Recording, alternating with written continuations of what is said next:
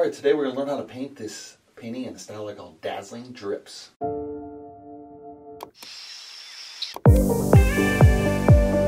Alright, the question of the day is, who is Charles Pollock?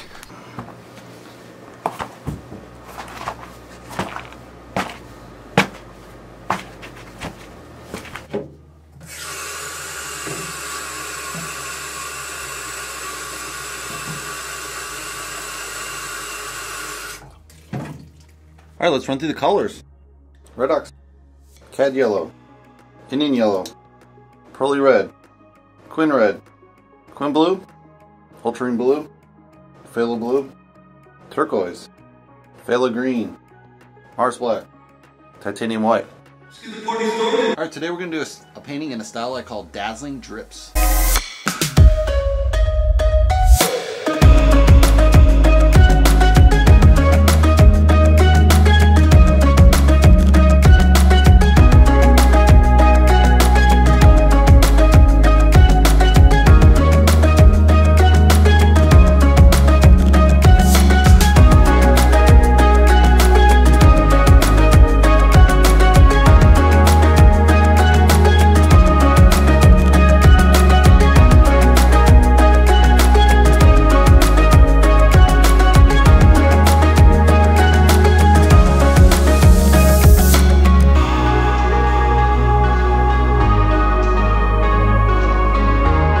We got our first layer in. We got this kind of nice, rich, it's a burnt, I think we're using Quin Red with black, so it's got a really kind of cherry feel to it. I've added iron oxide here with a little bit of layer. It's a little thicker here, thinned out here. Same at the bottom here. We got that dark cherry with the iron oxide, and then we got this kind of mint green. I think what we're going to do is add a phthalo green on top of it, or phthalo or turquoise, to make this really pop. It's kind of like a blah green, so we want to really intensify that.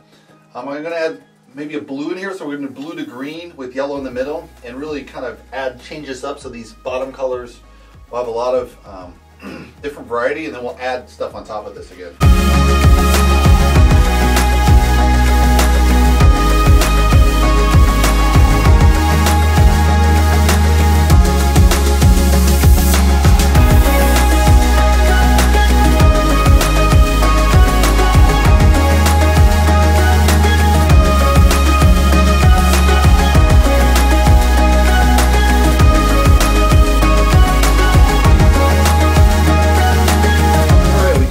Kind of that dark purple layer. We got the turquoise coming in there. It's a little heavier probably than I wanted. We got the yellow coming through. So what we're going to do now is kind of bring back that reddish tone and kind of tone this down. Hopefully we don't do it too thick, so we have really light layers. Not sure what I'm going to do here. I might do like a tan, or I might bring back the yellow turquoise. It's really nice color, so we'll see where we go from there.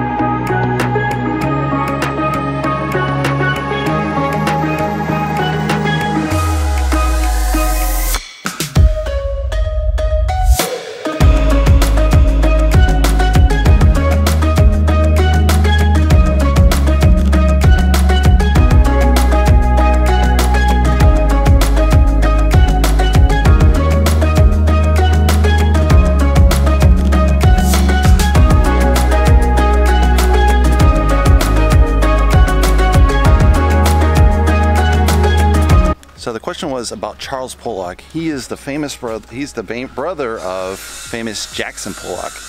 Now, interesting enough, Jackson Pollock got inspired to paint from Charles Pollock, who started earlier kind of as I think he was a journalist, or kind of doing magazine illustrations in New York. Later, he moved into kind of socialist realism. Jackson was kind of coming up in the same realm. They both studied under Benton, who did kind of this farmland, idyllic, I wouldn't say surrealist, but definitely very stylized farm life. You can look him up. And then Charles Pollock eventually turned to abstract expressionism like his brother. Once his brother kind of took off, he's kind of like, well, this is the direction, don't follow socialist realism, right?